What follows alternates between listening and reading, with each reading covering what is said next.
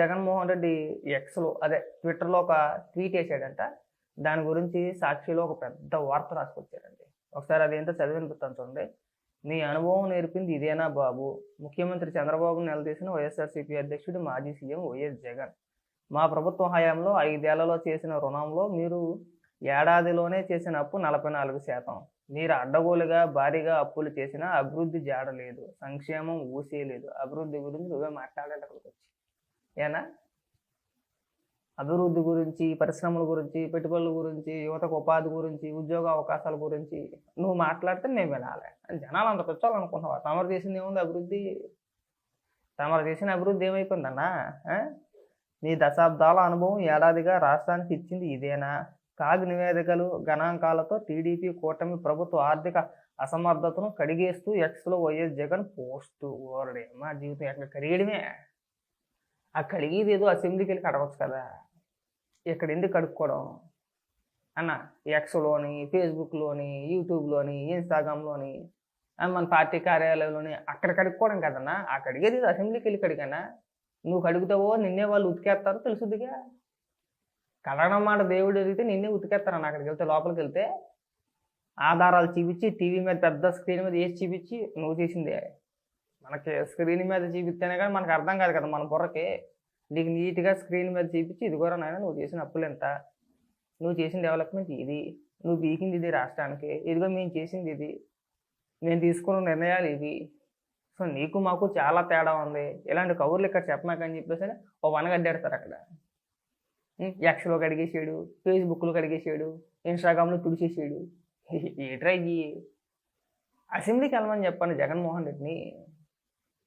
ఎందుకంటే ఊరికే మీరు మాజీ ముఖ్యమంత్రి, ప్రజలు మీకు ఓట్లు వేసింది ఎక్స్లో కడుక్కోవడానికి, ఫేస్బుక్లో తుడుచుకోవడానికన్నా కాదుగా. అసెంబ్లీలో మాట్లాడడానికి, ప్రజల తరఫున పోరాటాలు చేయడానికి. అబ్బాయి అవన్నీ వదిలేసాడండి. అవన్నీ వదిలేసి నేను ఎక్స్లో ట్వీట్ అయ్యగానే మీరు ఇక్కడ పొద్దున్న సాక్షిలో కడిగేసాడు, తుడిచేసాడు, నాకేసాడు అని చెప్పేసి ఒక పెద్ద వార్త రాశానని చెప్పొస్తాడు. అసెంబ్లీకి మాత్రం వెళ్ళరండి. అదొక్కటే నాకు ఇవాళ తక్కువ డౌట్ ఏంటంటే, జగన్మోహన్ రెడ్డి 5 ఏళ్ళు ముఖ్యమంత్రిగా ఉన్నప్పుడు అసెంబ్లీలో పెద్ద పెద్ద మాటలు చెప్పిన వ్యక్తి ఓడిపోయిన తర్వాత అసెంబ్లీకి ఎందుకు వెళ్ళడం లేదు? కొన్ని ఎవరైనా వ్యక్తిగతంగా ఏదైనా అన్నారా? లేదు. కొన్ని కుటుంబ సభ్యులు ఏమైనా అన్నారా? లేదు. ఎందుకు వెళ్ళవండి? వెళ్ళాలి కదా.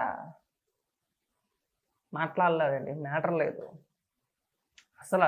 జీరో నాలెడ్జ్, బుర్రలో ఏం ఉండదు. ఊరికే మళ్ళీ ఎవడైనా చెప్తే అప్పటికప్పుడు మాట్లాడాలేమో కానీ, లేకపోతే స్వతహాగా మాట్లాడాలంటే చాలా కష్టం. సో అసెంబ్లీలోకి వెళ్తే నవ్వులుపాలైపోతాడు. అందుకని చెప్పేసి నేను వెళ్ళట్లా, మాట్లాడడం చేత కాకనే వెళ్ళట్లా. అదే మన తాడేపల్లి కొంపలో కానీ, క్యాంప్ ఆఫీస్లో కానీ అయితే చుట్టూ ఎవరు ఉండరు, మన వాళ్ళే ఉంటారు.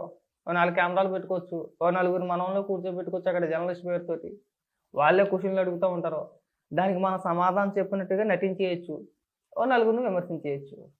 దానికి మళ్ళీ సోషల్ మీడియాలో పెద్ద పెద్ద ఎలివేషన్లు ఇస్తూ ఉంటారు. అప్పుల గురించి నువ్వు మాట్లాడమాక. నువ్వు చేసిన అప్పులు ఎంతయ్యా? దాదాపు 10 లక్షల కోట్ల రూపాయలు అప్పులు చేసావు. పంచింది ఎంటరా అంటే సంక్షేమ పథకాలతో 2,70,000 కోట్లు నువ్వు చెప్పింది. మరి మిగిలిన సొమ్ము ఏమైపోయింది? ఏం చేసావన్నా? మిగిలిన సొమ్ము అంతా మనం ఏం చేసామని అడుగుతున్నా. 3 రాజధానులు అన్నావు, 3 ఏళ్ళు గడిపేసావు. తర్వాత నేను 3 రాజధానులు ఏళ్ళలేను అన్నావు. విశాఖపట్నం అన్నావు, కర్నూలు అన్నావు, అమరావతి అన్నావు. ఏం సాధించాం మనం తీసుకున్న నిర్ణయాలు ఏంటి? ఎక్కడైనా సరే ఒక తట్ట మట్టి వేసేవా అభివృద్ధి పేరుతో అన్న? అభివృద్ధి పేరుతో ఇగో నేను పలానా బిల్డింగ్ కట్టాలనుకుంటున్నాను, ఇగో నేను శంకుస్థాపన చేస్తున్నాను, భూమి పూజ చేస్తున్నానని చెప్పేసాను. ఏదైనా ఒక తట్ట మట్టి ఎక్కడైనా వేసేవా? లేదు. పోనీ ఏదైనా ఒక్క పరిశ్రమ తీసుకొచ్చేవా? రాష్ట్రంలో యువతకి ఉపాధి కల్పించే బాధ్యతగా ఇదిగో రాష్ట్రానికి పలానా పరిశ్రమలు తీసుకొచ్చాను, వాటికి మేము శంకుస్థాపన చేసాము, ఇవాళ ఇవి రన్నింగ్లో ఉన్నాయని చెప్పుకోవడానికి ఒక్క పరిశ్రమ అయినా ఉందా? ఒక్కటి లేదండి. ఉన్న పరిశ్రమలు తనివేశాడు. ఉన్న పరిశ్రమల్ని, వచ్చిన పరిశ్రమల్ని ఇలా కమిషన్లు కక్కుర్తిపడి తరివేశాడు. అక్కడ దాకా ఎందుకండి? కియాకండి, కియా పరిశ్రమకి ఇలా గోరంట్ల మీద ఎంత రచరచ చేసాడో అందరం చూసిందే. వాళ్ళు కమిషన్లు అడిగారు అక్కడ, వీళ్ళు అధికారంలో ఉన్నప్పుడు. అలాంటి దౌర్భాగ్యులు ఇంకా చాలా పరిశ్రమలు అయితే వీళ్ళ బాధ భరించలేక వెళ్ళిపోయినాయి కూడా, రాష్ట్రాన్ని వదిలేసి వెళ్ళిపోయినాయి. ఇవాళ రాష్ట్రం వెనకబడిపోవడానికి గల కారణం తమరు 5 ఏళ్ల పరిపాలన.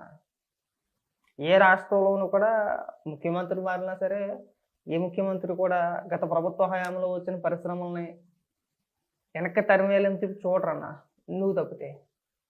ప్రతి దాన్ని రాజకీయ కోణంలోనే, ప్రతిదీ ఏ పరిశ్రమ వచ్చినా, రాష్ట్రానికి ఎవరు పెట్టుబడి పెట్టడానికి ముందుకు వచ్చినా, అది ఏది జరిగినా సరే చంద్రబాబు నాయుడు గారు చుట్టమంటాడు. చంద్రబాబు నాయుడు గారికి ఆయనకి సంబంధాలు ఉన్నాయంటారా? వాళ్ళు చంద్రబాబు నాయుడు గారికి కమిషన్ ఇచ్చారని చెప్పేసి. మరి మిగిలిన రాష్ట్రాల్లోని పరిశ్రమలు కావచ్చు, కంపెనీలు ఏదైనా సరే, మరి వాళ్ళు ఎవరు కమిషన్ ఇస్తారో ఆయా ముఖ్యమంత్రులకు ఇస్తారా? మరి నీ హయాంలో ఏదో మన 13 లక్షల కోట్ల రూపాయలు అన్నా కదా వైజాగ్లో సమ్మిట్ పెట్టి, మరి నీకు ఎన్ని లక్షల కోట్ల రూపాయలు కమిషన్ ఇచ్చారన్నా? నాకు అర్థం కావట్లా. మనం చేసుకున్న పరిశ్రమలతో ఒప్పందాలు ఏంటంటే బొబ్బట్లు, మామిడి తాండ్రలు, చింతపండు పచ్చడి, రేగుడియాలు, అప్పడాలు. ఈయనా ఆ మనిషికి పశువుకి తేడా తెలియని తీసుకొచ్చావు. ఎవరిని గుడివాడ అమరాన్ని తీసుకొచ్చి మంత్రిని చేసావు. తీరు తిన్నవు లేకుండా అసెంబ్లీలో బొబ్బట్లు, మామిడి తాండ్రి, రేగుడియాలు, చింతపండు పచ్చడి అని చెప్పేసి చదివేసాడు. మినిమం నాలెడ్జ్ లేదు. ఒక ప్రభుత్వం కనీసం ఎవరితో ఒప్పందాలు చేసుకుంటాయి అంతేనా? ఆ పరిశ్రమ తయారు చేసే ప్రోడక్ట్ ఏంటి, ఎన్ని వేల కోట్ల రూపాయలు పెట్టుబడి పెట్టాలనుకుంటుంది, ఎంతమందికి ఉపాధి కల్పించాలనుకుంటుంది, ఈ పరిశ్రమ మన రాష్ట్రానికి వస్తే ఇగో ఇంతమంది యువతకు ఉపాధి దొరుకుద్ది, కనీసం మినిమం బేసిక్ నాలెడ్జ్ లేని వ్యక్తిని తీసుకొచ్చి మంత్రిని చేశారు. అది అప్పడాలు, చెగోడీలు, బొబ్బట్లు అని చెప్పి మాట్లాడగా నవ్వులుకోలు అయిపోయారు. అది ఎలా మాట్లాడారు?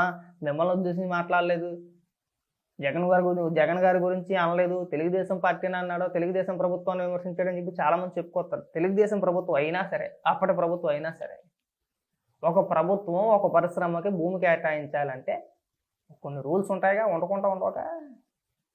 అవునా? మనం ఎంత పెట్టుబడి పెడుతున్నాము, ఎంతమందికి ఉపాధి కల్పిస్తున్నాం, కనీసం ఇదన్నా ఉంటుంది కదండి, ఉండదా? అవేమీ లేకుండా భూములు కేటాయించి చేస్తారా? అలాంటి వ్యక్తులు నువ్వు డెవలప్మెంట్, సంక్షేమం అని చెప్పేసి అని మాట్లాడుతుంటే దీంతో నవ్వాలో మాకు అర్థం కావట్లా. పైగా సంక్షేమ పథకాల గురించి, సంక్షేమం గురించి నువ్వే మాట్లాడాలి. 1000 రూపాయలు పెన్షన్ పెంచడానికి 5 ఏళ్ళు తీసుకున్నాడండి. 1000 రూపాయలు పెన్షన్ పెంచడానికి. అమ్మఒడి మొదట్లో 15,000 అన్నాడు. మొదట్లో ఇద్దరికే అన్నారు, ఇచ్చింది ఒకరికే. అది కూడా ఎంత అండి? 13,500. 13,000 అనుకోండి, మళ్ళీ 2,000 రూపాయలు నొక్కేసాడు అందులో కూడా. మద్యపానం నిషేధం అన్నాడు, ఏమైంది? సొంతంగా తానే అడ్డగోలుగా లేని, ఊరు పేరు లేని బ్రాండ్లు తీసుకొచ్చి అమ్మేసాడు.